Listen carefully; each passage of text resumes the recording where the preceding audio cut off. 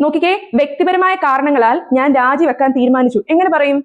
വ്യക്തിപരമായ കാരണങ്ങളാൽ ഞാൻ രാജിവെക്കാൻ തീരുമാനിച്ചു. I have decided to. ഞാൻ തീരുമാനിച്ചു. ഐ ഹാവ് ഡിസൈഡഡ് ടു എന്ത്? രാജിവെക്കാൻ. Resign.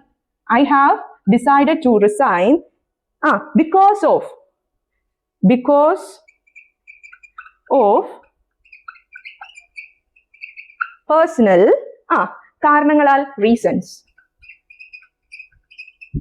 I have decided to resign because of personal reasons. വ്യക്തിപരമായ കാരണങ്ങളാൽ ഞാൻ രാജിവെക്കാൻ തീരുമാനിച്ചു. അടുത്ത നോക്കിയേ, നമുക്ക് ബഡ്ജറ്റ് അന്തിമമാക്കണം, അല്ലെങ്കിൽ മുന്നോട്ട് പോകാൻ കഴിയില്ല. എങ്ങനെ പറയും?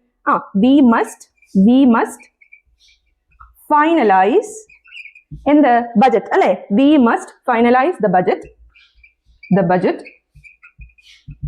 അല്ലെങ്കിൽ മുന്നോട്ട് പോകാൻ കഴിയില്ല. അതർവൈസ് വി can't അല്ലെങ്കിൽ we can't proceed. We must finalize the budget, otherwise we can't proceed. അടുത്ത നോക്കിയേ, പ്രൊജക്ട് വിജയകരമായിരുന്നു, അതിനാൽ എല്ലാവർക്കും ബോണസ് ലഭിച്ചു. എങ്ങനെ പറയാം? The project was successful. Project വിജയകരമായിരുന്നു, അതിനാൽ എല്ലാവർക്കും ബോണസ് ലഭിച്ചു. The project was successful. അതിനാൽ